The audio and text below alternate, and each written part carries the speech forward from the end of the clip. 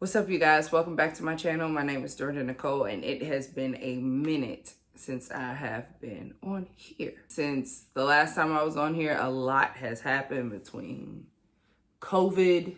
Me and my husband actually moved from Nashville to Atlanta. It's been a lot. And in the midst of everything that's been going on, I have been struggling. This past year has been difficult for all of us in many ways. For me personally, it's definitely challenged my mind and my emotions, and more than anything, my confidence, which is something that I have heavily relied on for a long time.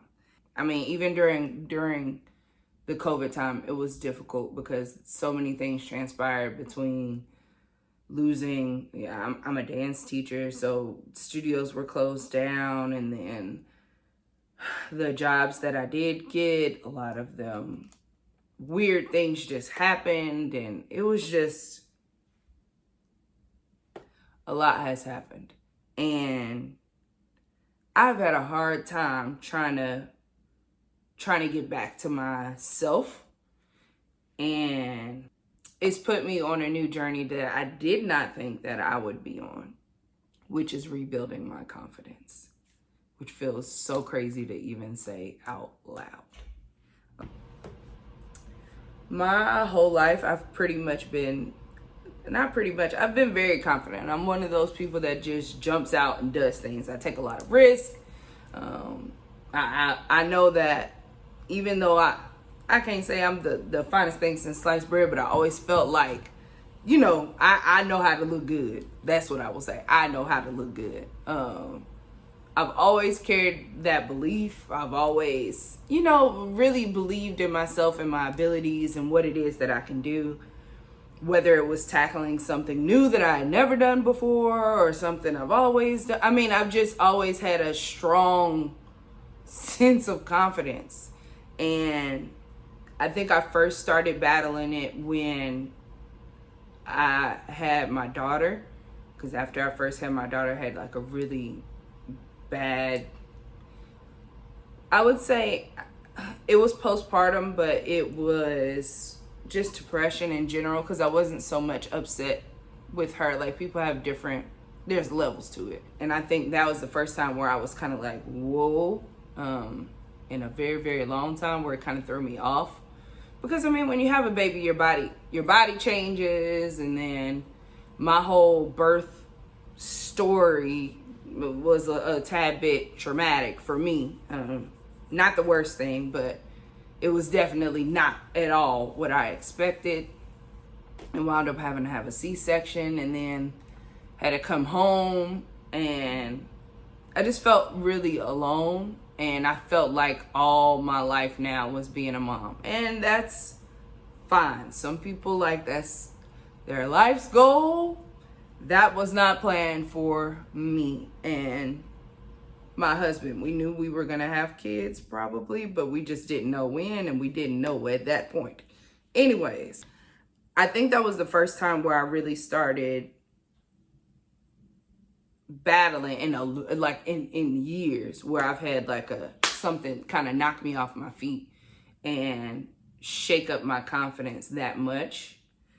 Eventually, over the years, it got a little bit better, but I think it just kind of never fully got back to the spot that it was, because I always battled in my head of being a good mom and feeling guilty for still wanting to pursue so many different things that I want to accomplish with my life and my career, and just all this stuff where I was battling it. And I think that kind of was below the surface, but it had pushed down so much because I was kind of got back in the swing of things. And at the time we had a dance studio, and there was just different things we had going on. Work was coming in. It wasn't as bad. And, if you're in the entertainment industry, heart goes out to you. In the industry, it is not easy at all because it's a lot of feast and famine. But when you love what you do, you kind of deal with it because it's what you want to do. I think all those ups and downs were fine, or I was at least managing it. That's what I'll say. I won't say it was fine, but I was managing it. And I think when COVID hit, it just kind of really knocked me out. And on top of COVID, you know, it was all the racial injustice and civil unrest and then dealing with people at large, but then also right in your circles of figuring out like who really rocking with me and what do you really feel. And it just so many layers that you have to go through. And then during that time, my husband and I both felt like God was calling us to move to Atlanta. Didn't really know why. In my head, I'm thinking, okay, maybe this is for dance and entertainment and all that kind of stuff, because we really feel like that's our heart, like where we, not like entertainment, like being famous, but just the people that we have a heart and a passion for are other dancers and people in the industry. And so in our heads, that's what made sense. It's like, oh, okay, that makes sense. That's probably why. And I'm sure that still probably has a little bit of something to do with it. But I was feeling good about moving, excited to get out of my comfort zone because I had been Nashville for so long and taught there at so many different studios. And you know, people kind of get to know, the dance world was pretty small. So people kind of know you. And going from having established myself as a teacher there to come into a city where essentially it's like starting from day one, it can be a bit much, especially at 36. So it kind of messed with my head. And then I thought I had certain things lined up for when I moved out to Atlanta, as far as jobs, because there was a contract I had that was a nice contract, and the job ghosted me out of the blue. And then there was another job I was supposed to get. Like, it was just so many things that were supposed to happen and didn't shake out. So when I moved, I came here and I just was questioning and have been questioning, honestly, still, like, God, okay, I know this is what you want us to do, but it's just, it gets difficult and it feels really lonely because all my family is in Nashville. And churches, if you go to church, you know, like being in church, even if you don't always feel like going, and with however you feel about church, there is a certain sense of community you get from being in church. And not having been in church for about 15 months now, when you're used to going to church doggone near every Sunday, and having some sort of community, like I felt like I had my church community and then I had my dance community. Even though I don't feel like I was completely connected, I still felt some sense of connection. To have that gone, and then, you know, with COVID, when we moved here, we still weren't the church that we wound up joining. They still haven't opened yet for us to actually go inside and get to meet people and all that stuff. And then I've just been debating on what do I feel about dance and the dance industry in general, which is a whole nother discussion for a whole nother day. And figuring out what is it that I want to do with my career. Do I want to do that? Do I need to focus on other things that I know God has placed in my heart and other gifts that he's given me? Or do I still want to do this choreography? I know I want to choreograph still. I don't know to what degree it'll be. It may just be for my own projects and stuff, but just figuring out, like, what in the world am I doing? You feel lost when you're not actually working or having to work, or figuring out what job to get, or I don't know. It's just been a constant up and down of feeling a little lost and losing sense of direction. But I have had sparks of sense of like, okay, God is moving me into this, I wouldn't say new place, but He's just pulling out things that he's placed in me that I know that are there, that I'm like, okay, I need to cultivate these gifts too. And I think he's gonna whip that thing all together somehow. But when you don't know what that looks like or how that's gonna be, and you just sitting here twiddling your thumbs pretty much, it can make you question a lot of things. You don't want to have an idle mind. And I'm noticing whenever my mind is idle or I'm not doing anything, those are the times where I just start sinking down. Confidence is just dropping. I'm like, well, what am I doing? And I feel so lost. And where are my people? Where are this? And, like you just start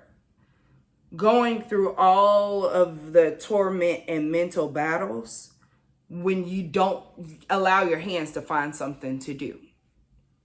That being said, as I noticed it was getting really rough, I said, okay, this ain't gonna work for me.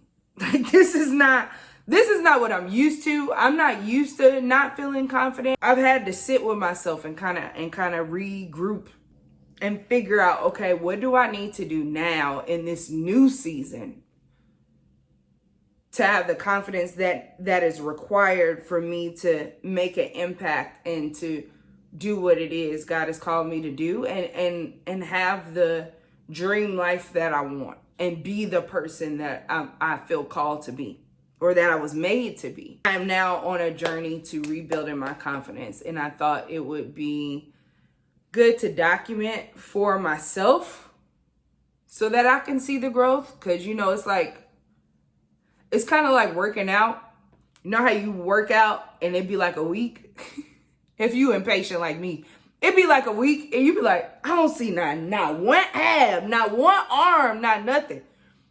That's how it feels. But if you were to take pictures, that's why they say take pictures. Don't necessarily look on the scale. Take pictures so that you can document the progress and see. And then when you compare the day 1 to day 7, you may be like, oh man, not that I see some ginormous change, but maybe a little bit of the arm is a little smaller, but it's such a small amount that has changed that you wouldn't be able to tell it with your eyes just going through your day every day. So I'm deciding to document this process, as uncomfortable as it is.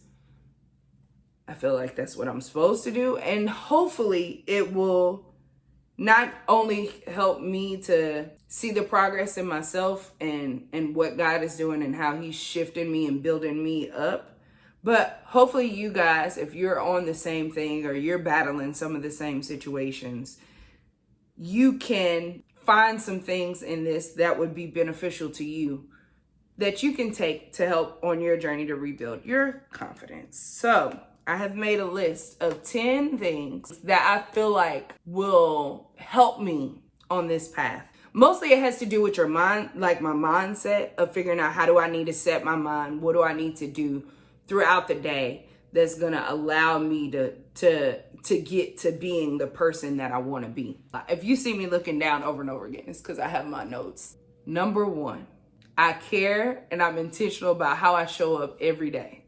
That means waking up, getting dressed, being present. Every day I wake up and I don't just drift and coast through the day. I go approach my day with purpose and a feeling of, okay, I'm doing something. Even though I still don't have no job, even though I don't have a job, I get up and I put on clothes, and I don't just I'm not sitting here with pajama pants on. Like I got regular pants on. When I do this, I'm not thinking so much about myself because I'm doing what it takes to be me instead of thinking about who I'm trying to be.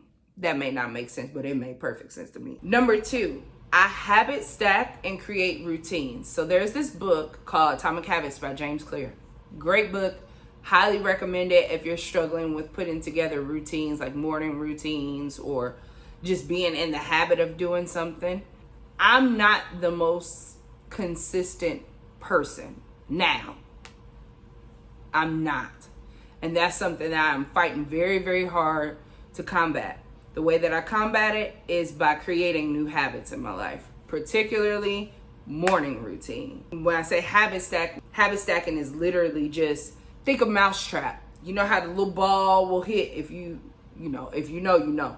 but how the ball will go down the thing. It'll hit the one thing that hits that does this, that drops the net, that, you know, it's like one thing responds to another, basically a domino effect. That's what you want to do with your habits. So I know in the morning, for example, for me, for my morning routine, I wake up.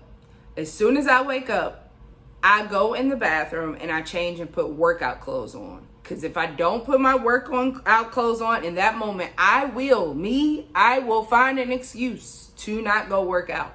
I have to put my workout clothes on immediately. Like, girl, you already know what time it is. Don't play with it. I want to hear.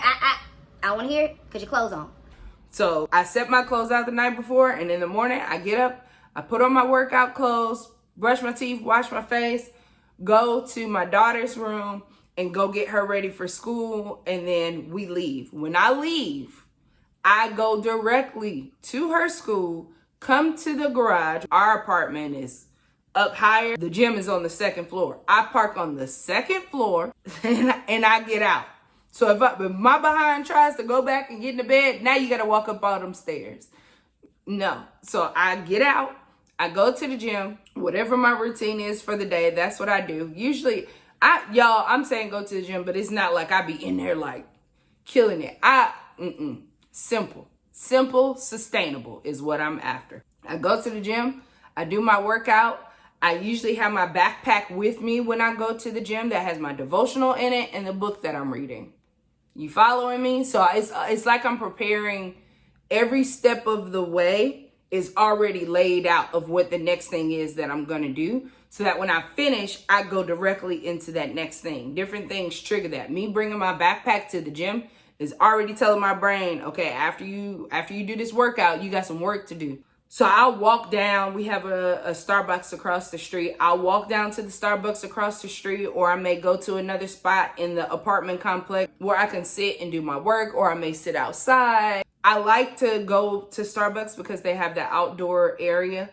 I may grab me a little something to eat and then sit down and do my work, or go to the house. Like, not go to the house. Sometimes I'll go to the house if it's raining. I try not to. I try to be outside of the house, and I'll do that. But just different things, those things one on top of the other. And then when I get back, I take a shower, and it's like I create a routine, but it's because I set up the next step before each one. Habit stacking has helped me a lot. Number 3, I do my to-do list at night. Now I'm at the place where my mind don't be agreeing with me. Like, my mind does not cooperate at times. I know I got things to do, but my mind be drifting off, and I gotta be like, girl, come here. So I have to literally do my to-do list the night before. That I've noticed when I do that, my days are the most productive the next day, because I'm not spending my day thinking about, what is that I need to get done? Oh, I need to get groceries. Oh, I need to finish this. Oh, I need to look at this video. I can't do that because now I've just spent a whole hour sitting down thinking about what I should be doing instead of doing what I should be doing. So the night before, I'll lay in bed before I go to sleep, and I'll go through my notes app on my phone. I will just create it, and I like the checklist because I like checking things off when I do it. But I'll list it all out the night before, and then in the morning, it's so much freedom in knowing you don't have to think. Not saying you don't have to think, like you just drifting through the day, but it's not any heavy thinking I have to do because I already did that work the night before. So in the morning, sometimes my brain be off, or I just be on autopilot, because now I've created the habit of getting up, putting my workout clothes on, going in the bathroom, brush my teeth, wash my face, go get my daughter. Like, those things are already on autopilot.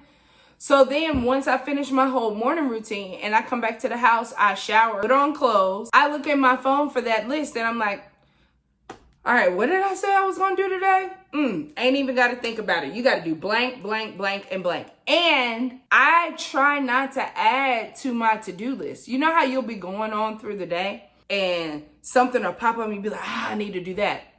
That will go on my list for tomorrow. I want to finish everything that I said I was going to do. If I get something extra done, fine, but I don't push myself to get that extra thing done. I just do what I said I was going to do. Because at this point in my life, what I'm trying to gain is consistency and knowing that I can finish and I can follow through. That's where I'm at. I'm at Slow and steady win the race. And that's hard for me because I am an Enneagram 8. I like a good challenge. I like to push myself even when nobody is expecting anything of me. That's even better because then I do even more. Like, I like to naturally push myself and compete with myself. It's so silly. But everything I've told myself right now, girl, everything ain't no race. You barely own the field. Like, it's not a race. So just get it done. That's why I said when I go to the gym, I don't do no whole intense workout. I do what I came to do and I leave. I walk my little 2 miles. I don't try to run the whole thing. I gradually increase things, but every day I'm not doing the most, because if I do the most that day, the next day I'm not gonna want to get up because now I'm tired and I done pulled a hamstring and I won't want to get up and do it the next day. I don't trust myself like that yet. I got to build up. This stuff is muscle. Confidence is a muscle. So I have to build that thing up to know, like, yes, you will go to the gym. You will get it done. And eventually, the weight that you are so frustrated about, it will come off. You just have to be consistent and you have to be okay with it taking a while. That's where I'm at. I am okay with things taking a while because I think God is developing patience in me and trying to develop that muscle of consistency. So that's where I'm at. I'm not, if you're the type of person where you are trying to, like, in a month, I want to turn my whole life around, this ain't going to be for you. Because this ain't what this is going to do. It might. I don't know. Let me not say that. Because it might. But for me, I'm not expecting that. I'm expecting long and strong. That's what I want. I want to go long and strong. I want to be able to be consistent and know that when I say I have to do something or I say I'm going to do something, I follow through and do it. And I've built a track record of having done that. See, the thing about confidence really is just knowledge. That's all it is. If somebody asks you, what's your name? I can confidently say Dorinda because I know that that's my name. I know it. You can't be like, no, girl, your name Jessica. No, it's not. It's Dorinda. So I can say it with confidence because it's what I know. The reason why our confidence gets shaken is because it's a lot of I don't know. A whole lot of I don't know. And in this season, I am in the I don't know freaking museum. Everything just feels like I don't know. I can't quite grasp it. I can't touch it. The only thing I know for sure right now is still the Lord reigns and sits on the throne. Yay. That part I know. And I know that I will get through this. And I know what I need to do as far as rebuilding my confidence. Those things I know. And so I'm just building off of that, and the things that I've picked to rebuild my confidence are helping me to become the person that I know I want to be and I'm made to be. Number 4, I already said it, but I told you I stopped challenging myself so much. It was like at every turn I was trying to, can you do it? It's almost like a battle in my head, like, you can't do that. Can you do it? I bet you can't. And I be challenging myself for, I don't know why, because ain't no prize, ain't no cookie, I don't get nothing besides self-satisfaction, which is cool. But right now I'm not at that stage. That's not bringing me actual satisfaction. I just get frustrated the next day because I don't get up and do what I need to do. So I just started being like, girl, 2 miles may take you an hour. That's okay. And you're not finna beat yourself up if it takes you an hour, because your mission was not to do it in 15 minutes. Your mission was to do 2 miles and get it done. That's it. That's all. So I stopped trying to push myself at every doggone turn. That has helped free me so much. I think I didn't realize how much I had that conversation in my head until I started going to the gym again and seeing like almost everything was like, you could do some more weight. You could do some more reps. You could do some more. It was like, can you? Nah, you can't. Like, I literally would have a full-blown mind battle situation in my head for no reason. And I don't have a personal trainer or anything. So it's not like anybody is there pushing me. I'm taking this upon myself. And if that's the case, all I care about is doing it. That's all I I don't know why. I don't know why I'm wired to do that. But I've had to untangle that. And that has been super freeing. Even if I don't get to my snatch waist like I want to, the fact that I'm not going in with that mentality every single time, or I don't give in to that mentality every single time, that's a win. Number 5, I'm fully present in every situation. Every situation, I make sure if I'm coming to go to the gym, my focus is on the gym. If I'm going to get the groceries, I'm not thinking about all that. I stop my mind from racing just so that I can make sure I show up and I'm fully present. Because then you can accomplish so much more when your mind is not split in 50 different directions. I can go to the store go to the store to get one thing and be in the store for an hour. All because while I'm in the store, I'm thinking about, oh man, don't we not have this? And I think we ran out of tissue. Or, man, there was a video that somebody made a casserole. I saw this video. What was the video? What do I need? Then I'm on YouTube looking at the video for the casserole. And then I'm over there by the grocery when all I came to do was get some toothpaste because we about to run out. Like, stuff like that. I've just chosen to free myself of all the extra. Like, okay, girl, you need to make a practice of focus and being present in every situation. That's number 5. Number 6, I vocalize and speak up when I'm struggling. Honestly, this one is still a tad bit of a challenge, but I've recognized that it's something I want to make a practice of for my own emotional health and not trying to be the strong one all the time. Or let me not say that, because my sister, shout out to my sister, she was saying, you know that it takes a lot of strength for you to admit that you need help. And that is very, very true. It's harder for me to admit that I need help than to try to figure stuff out myself.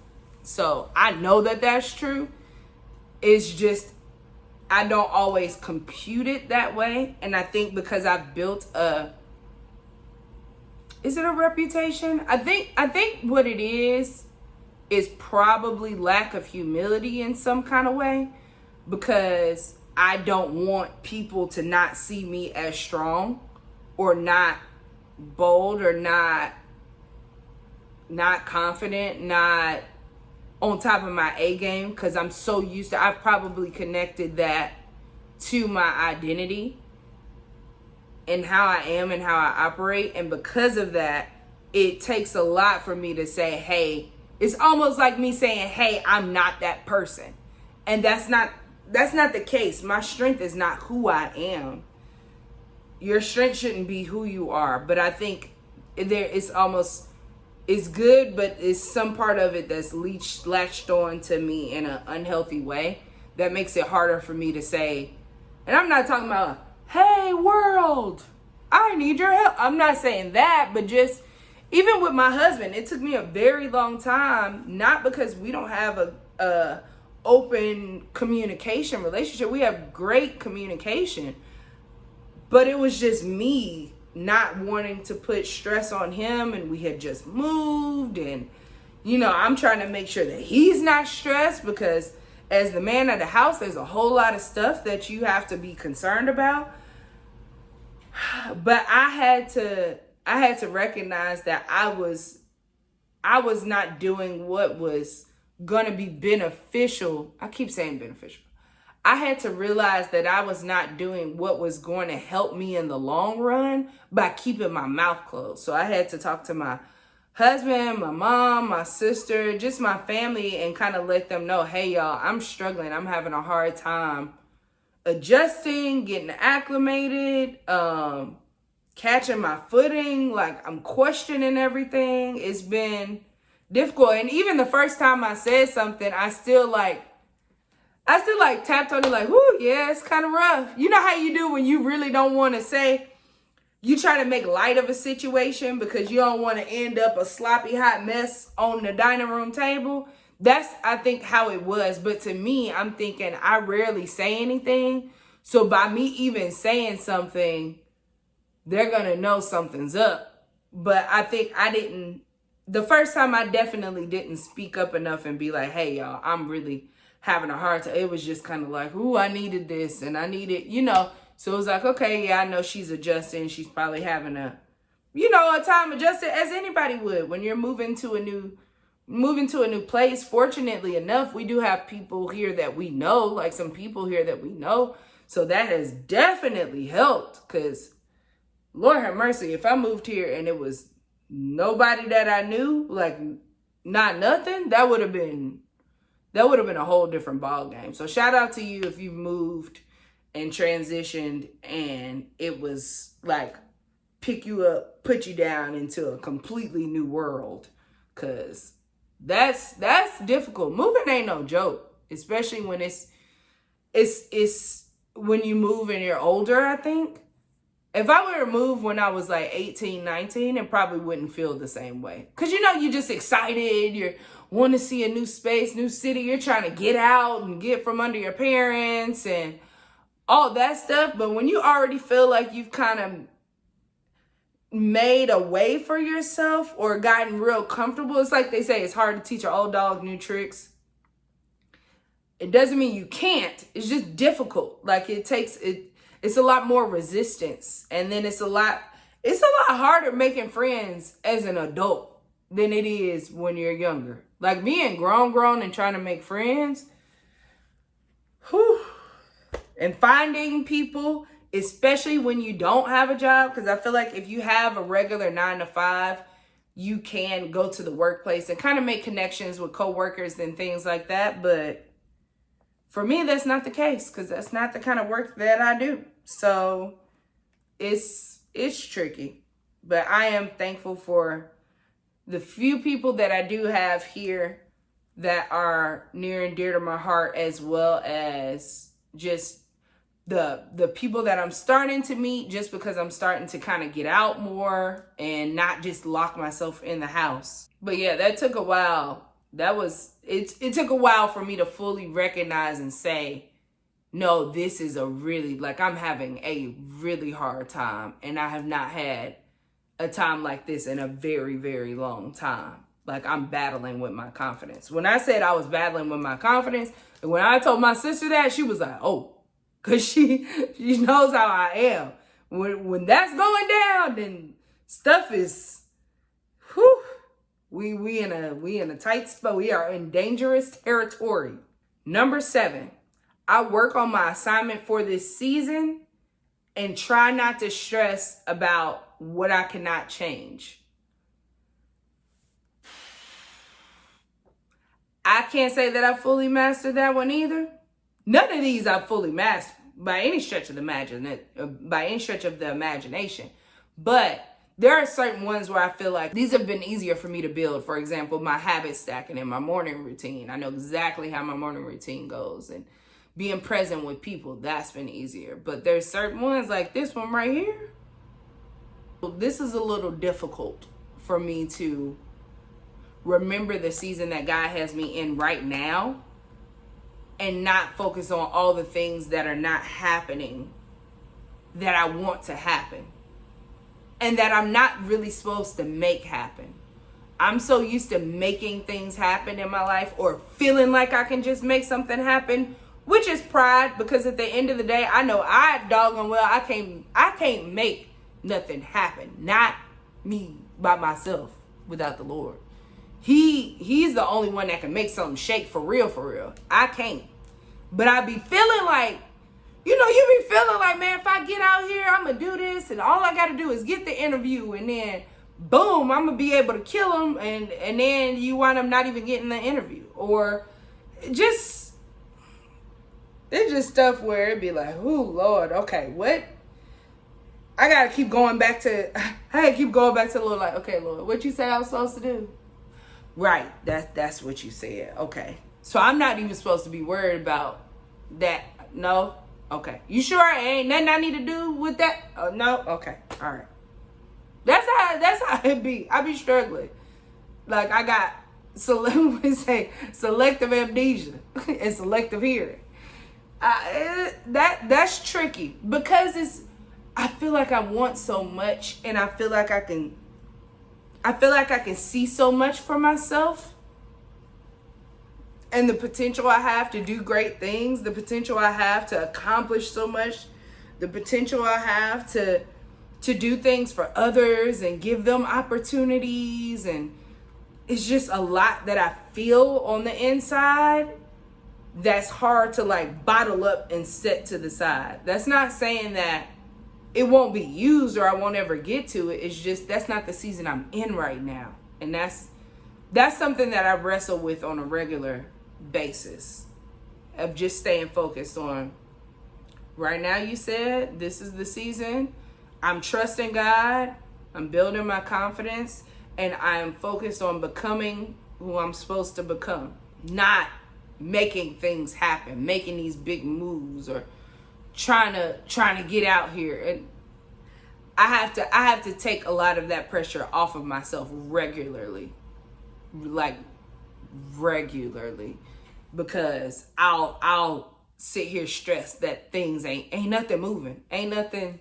And I normally have a lot of energy where I like doing a lot. I enjoy it. You know how people are like, oh man, I just been so busy. It gets me excited. Like I had this and then I had that, and I like being on the go. I like making things happen. I like creating. I like collaborating with other people. There's so many things that I enjoy that I like when my life is full.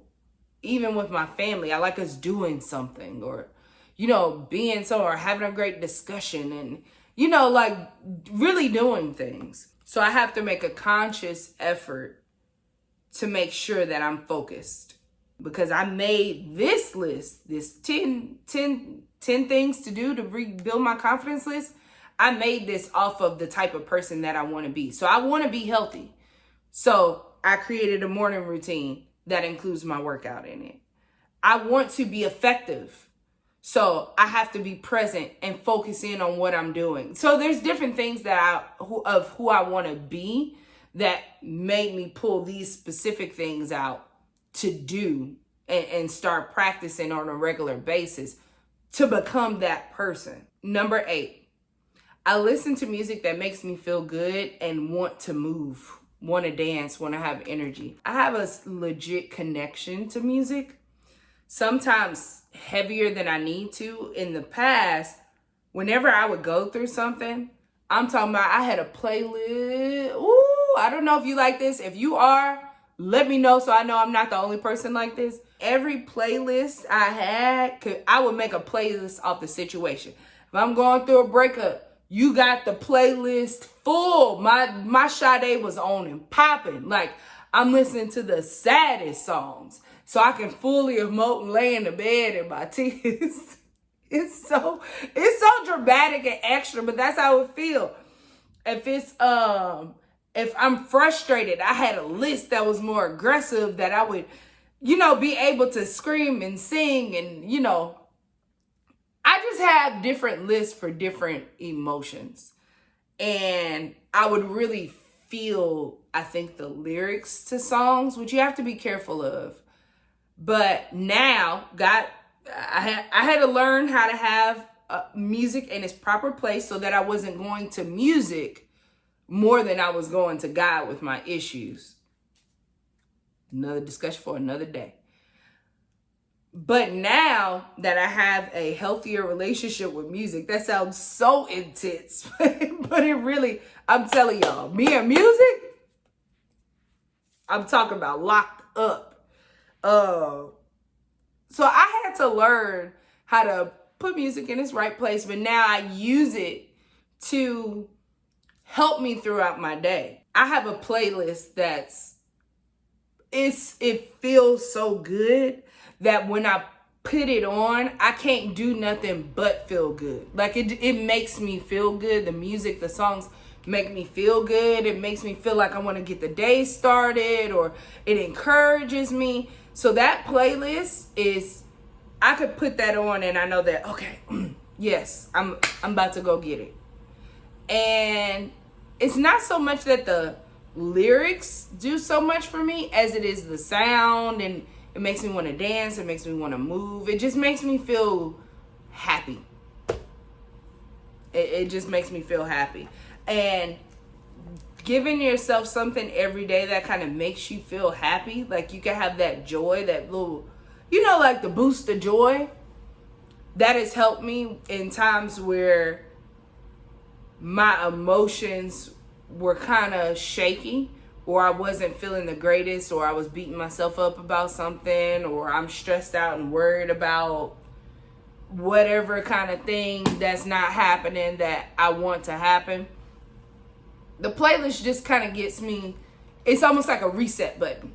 Like I could put that playlist on and kind of wipe all that away because I'm just so caught up in feeling good. So for you, it may not necessarily be music. It may be your favorite television show, or it may be going for a walk, or whatever it is that brings you that type of joy. I would say do that. For me, it's music. So that's why I got my playlist. Number 9, I drastically cut out my cell phone usage. Like, not cell phone, because let's face it, we use the phone more for social media and everything else than we do actually talking and texting half the time. So I cut down a lot of my just scrolling, mindlessly scrolling, and I didn't cut it down by saying, girl, you can't touch the phone. The way I cut it down is by including a lot of activities in my day that don't require me to use my phone. So I can have my phone in my bedroom, or I can have my phone in the living room, or, I don't have to have it right next to me because I don't have to use it for what it is that I'm doing. So reading, I don't need my phone to read. Taking a walk, I don't need my phone to walk. I can just go and sit outside and enjoy nature, or just different things that you don't have to take your phone for. You don't have to use your phone for it. That's helped because now I'm not tempted to get on Instagram and mindlessly scroll. I don't need all that low-key comparison in my head floating around, stopping me from doing what I'm supposed to do and being who I'm supposed to be. I'm sitting there looking at somebody else being and doing and living, and I ain't doing it myself. So I cut that tremendously. Doing things like talking to people, actually getting on the phone and having a conversation, or meeting up with somebody face to face and having a conversation. Doing different things that just cuts that right on out. And then number 10, which to me is the most important one, I start every single day with a clean slate. I let the day before be the day. The day is the day. That's it. When I wake up in the morning, I'm not thinking about, oh, yesterday I didn't do this. And it definitely takes practice. I have to remind myself that yesterday was yesterday. That's not today. Today is a new day. Starting with a clean slate and not allowing your mistakes or your unfinished to-dos or what you meant to do, what you said, what you didn't do, what you saw, any of that, enter the next day as the next day is baggage. Freeing. When I stop being like, oh, tomorrow I'm going to do this, and then I wake up and that day I didn't do it, and then the next day when I woke up I was beating myself up about how I said the day before that I was going to do. That's too much up here. That's too much. It was too much. So I said, you know what? Every day, it don't matter how I'm talking about. I can be like, I done ate burgers, French fries, milkshakes, everything wrong, sat in front of the TV all day and all that stuff. The next day, it's like, I hope you had fun yesterday, because I ain't beating myself up. I'm starting a new day. That's it. I'm starting a new day, and I'm going to try this day to do what I actually came to do. That's on my to-do list. But I'm not about to sit and get frustrated at the fact that now, look, it's another day where I didn't. It didn't. So what? It's not the end of the world. It's not. Because in my head, that's why I've told myself, slow and steady wins the race. I am not competing right now. So what? I don't get there as fast as somebody else. So what? So-and-so on YouTube lost 550 pounds in 2 days. So what? Somebody done leveled up their business in literally 2 weeks. So what? So what? So what? At the end of the day, if I can make these little changes now, and in 5 years, 10 years, 15 years, my life can be in a drastically different place, so be it. I'm not about to kill myself or starve myself or beat myself up to do something all because I just want it faster and I can't have patience. I'm not saying that all those people can't have patience. Everybody's journey is different. I'm just saying, as for me and my house, right now the journey I am on, I have said it, say it with me, people. Slow and steady wins the race. I'm not in a rush. I'm not in a rush. I am more focused on being consistent and having true foundational change in my life than I am to get where I'm trying to go. Because let's be real, the destination is not the most important thing. Who you become in the process is the most important thing. And what I'm focused on is who I'm becoming, because I'm not liking what I'm seeing. So since I'm not liking what I'm seeing, I have to make a change. But that change is not going to happen overnight.